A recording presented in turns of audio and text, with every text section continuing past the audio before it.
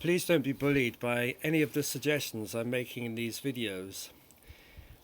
I often make recommendations for people to have body work to help release the nervous system and to take a body-based practice up like yoga and Tai Chi, because these are very useful for taking the mind off tinnitus and for settling the system. And these are techniques that have worked really well for me and people I've worked with. And I often get positive feedback from people saying that they've tried this and it's helped their tinnitus get better too. But it's really important not to allow this to bully you.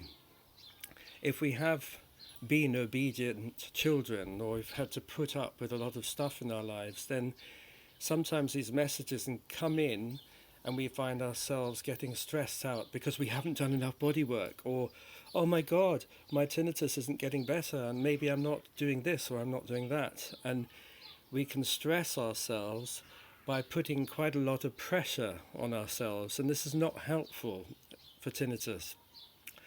So any of the suggestions that I'm making, because they've helped me and they've helped other people, please take these suggestions as gentle possibilities, things that you might like to try out. And if you don't feel like doing them, please don't. It's really, I think it's very, very helpful to find things that work for you, to try things out, and to then just practice them for a bit gently, with loving kindness. Go kindly on yourself, and then hopefully you'll start to savor some of the fruits of the practice. You'll start to feel more relaxed, more settled, and you'll find yourself letting go and switching off, and so the stress responses like tinnitus or tightness in the body can release and let go. So if you hear these suggestions and you feel like practicing them, great. If you don't feel in the mood, then it's probably best to do something else. I think the most important thing is having an overall positive mindset. Let's face it, if you get into that headspace where you're thinking, oh my god, nothing's going to help my tinnitus, then you'll probably find that nothing will.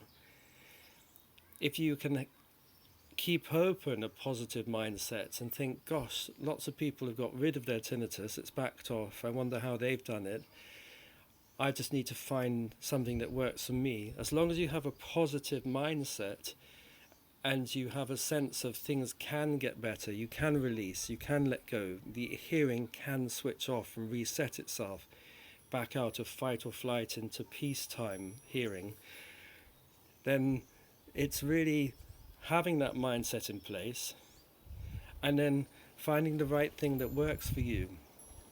And this will be different for different people. Sometimes I've gone through periods where doing nothing has been the best thing for me, where I just lie on the floor and do nothing for half an hour, or going on holiday. I love going on holiday. I love just taking off and going somewhere completely different, where I feel I can just let go of responsibilities and just enjoy the space of the place that I'm in. And it's incredibly reviving and energizing and refreshing. Sometimes therapy can be very helpful to really look into your patterns and to try and release and let go. Some days it's good just to watch some mindless rubbish on TV, or to go and see some silly film at the cinema. So as long as you have a positive overall mindset and you create that bit of space where you can have a choice and think, what do I feel like, what suits me, what do I need right now, then this is really, really positive.